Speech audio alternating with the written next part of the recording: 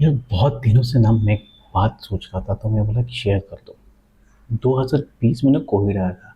तो कोविड में मैंने बहुत टाइम हमने बिताया पबजी पे। ओके। उसी वजह से हम लोग आज जिंदा है, वरना पता नहीं क्या हो जाता। तो उसमें मेरी दो बहुत प्यारी गन्स थी।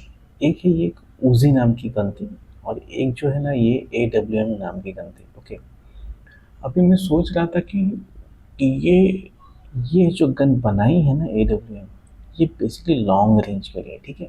लॉन्ग रेंज मतलब यार आप किसी को शूट करना चाहते हो तो आप दोनों में डिस्टेंस बहुत अच्छा होना चाहिए। ठीक है, उसके पास आपके लिए स्कोप है, बहुत सारे अटैचमेंट है, उससे आप बहुत दूर से मार सकते हो। लेकिन ये जो गन है ना, ये उजी वाला, ये शॉर्ट रेंज के लिए है। कि अगर बहुत ही पास कोई आपका दुश्मन है या फिर अपोनेंट है तो आप उसको ना बहुत पास वाली रेंज से मार सकते हो। क्या होगा अगर मैंने ये गन को यहाँ, ये गन को यहाँ रख दिया तो क्या मैं शॉर्ट रेंज पे लगा सकूंगा AWM से निशाना?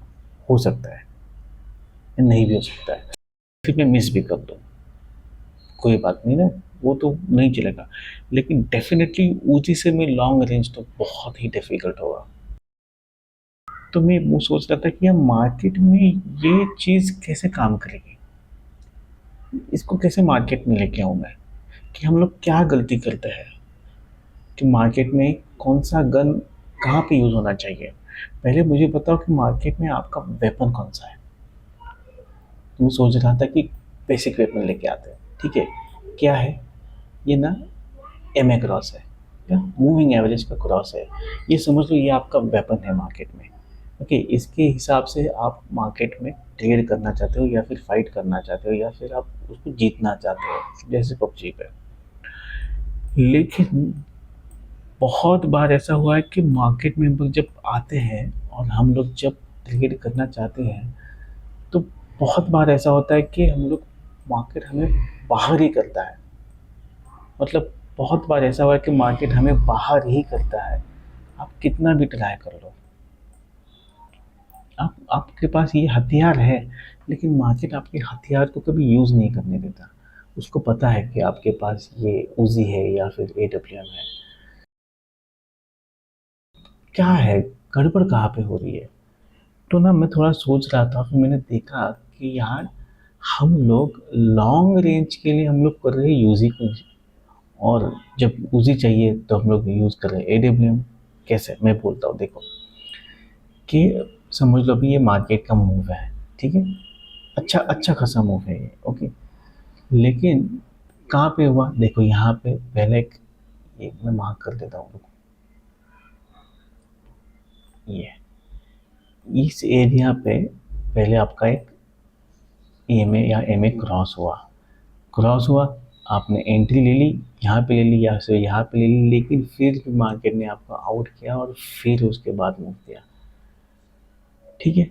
हाँ, आप बोलोगे ठीक है यार, मतलब होता है, मार्केट हमेशा वो स्टॉप लॉस हंट कर देता है। ठीक है, कोई बात नहीं, चलो। लेकिन मेरा हथियार क्या है? मेरा हथियार ये MA है ना। मेरा हथियार ये मूविंग एवरेज का क्रॉस है। तो ये पकड़ लो कि ये है मेरा AWM। और ये जो कैंडल्स है ना, ये है उजी। ठीक है। अगर मेरा रेंज लॉन्ग का है, ठीक है, अगर मेरा रेंज लॉन्ग का है, तो फिर मैं ये उजी पे मेरा स्टॉप लॉस क्यों रखूंगा? ठीक है, ये मेरा स्टॉप लॉस है ना, मैंने यहाँ पे एंट्री लिया, ये मेरा स्टॉप लॉस था। यहाँ पे मैंने क्यों स्टॉप लॉस रखा? मैंने ट्रेड किस हिसाब से किया था? मैंने ट्रेड किया था मूविंग एवरेज के हिसाब से। तो मैं मेरा स्टॉप लॉस हमेशा प्राइस एक्शन के हिसाब से क्यों रखूंगा? ठीक है। या फिर ऐसे पकड़ लो कि यहाँ पे ना MA क्रॉस हुआ, ये अपसाइड का मूवमेंट दिया था। ओके, नो प्रॉब्लम, अपसाइड का मूवमेंट दिया, तो मैंने समझ लो यहाँ पे एंट्री कर ली। तो मेरा स्टॉप लॉस कहाँ पे होना चाहिए?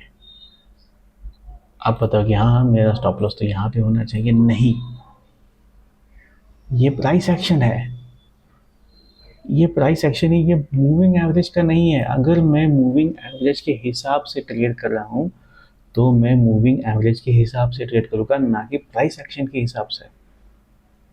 मैंने मैंने क्या सोचा उसके बाद, देखो मैं एक दिन गया, ओके, यहाँ पे सेटिंग पे था, मैं सब जनरल देख रहा था कि क्या है कैसा है।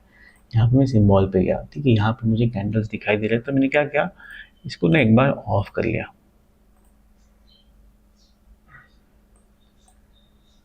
अब यहाँ पे सिर्फ इंडिकेटर है।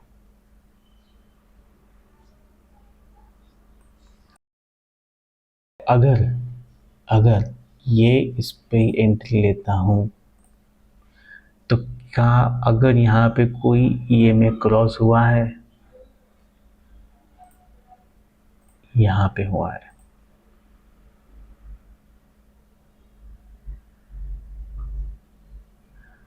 अगर मैं यहाँ से फिर से एक बार एंट्री लेता हूँ, यहाँ से एंट्री लिया है, ईएमए क्रॉस कहाँ हुआ है, ईएमए क्रॉस हुआ है यहाँ पे,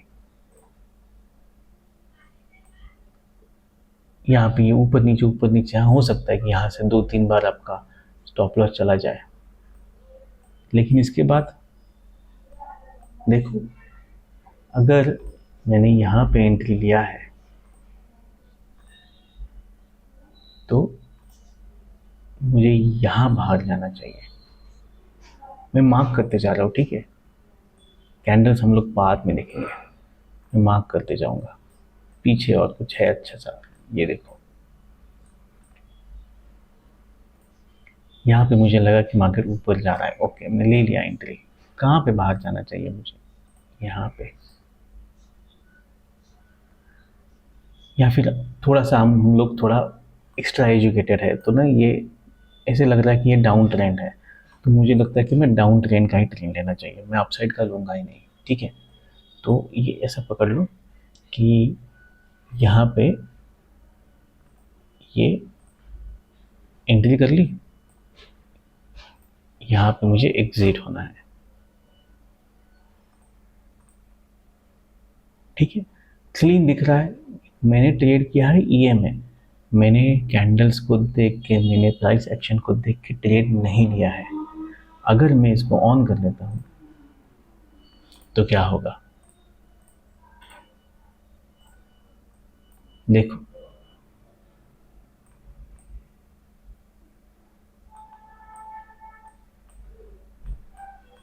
देखो क्या हो रहा है, देखो क्या हो रहा है ये।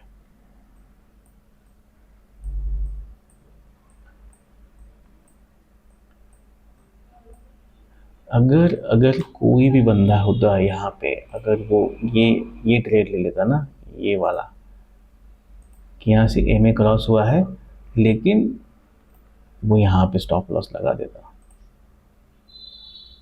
क्योंकि प्राइस एक्शन तो वही बोलता है कि यार नहीं नहीं नहीं, प्राइस एक्शन मतलब लो स्विंग पे आप अपना स्टॉप लॉस रखो, और जो आपका जो सिखाया है हम लोगों को, ये ऐसा लॉन्ग करो, ये यहाँ पे रखो, यहाँ पे ये ले लो, और यहाँ से हम लोग 1:2 का रिवॉर्ड ले लेते हैं, 1:3 का रिवॉर्ड ले लेते हैं। लेकिन वो क्या किया, आपका स्टॉप लॉस लेके चला गया है। फिर से मैं एक बार जाता हूँ, यहाँ पे सेटिंग्स में जाऊँगा, सिंबल पे जाऊँगा, और मैं यहाँ पे ये बंद कर देता हूँ। क्या आपका ट्रेड सही था? बिल्कुल था। ट्रेड किया आपने मूविंग एवरेजेस को लेकर, और स्टॉप लॉस और टारगेट रख रहे हैं हम लोग प्राइस एक्शन को देखकर। क्या लगता है आपको, एक बार मुझे ज़रूर बताना कमेंट्स में।